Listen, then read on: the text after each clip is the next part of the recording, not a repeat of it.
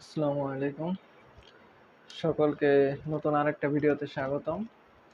আজকে আমরা ক্যালকুলাস ওয়ানের চ্যাপ্টার ওয়ানের এর যে ফাংশনটা দেখবো, এটা হচ্ছে পরম মান ফাংশন।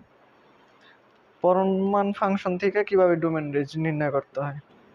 তো এখানে তো যদি খেয়াল করি, আমরা যদি কখনো এরকম থাকে function of X X plus A plus X minus A, তো এটার ক্ষেত্রে শর্ত প্রথমে থাকবে হলো আমার যে এক্স এর মানটা কি এর থেকে ছোট, ঠিক আছে।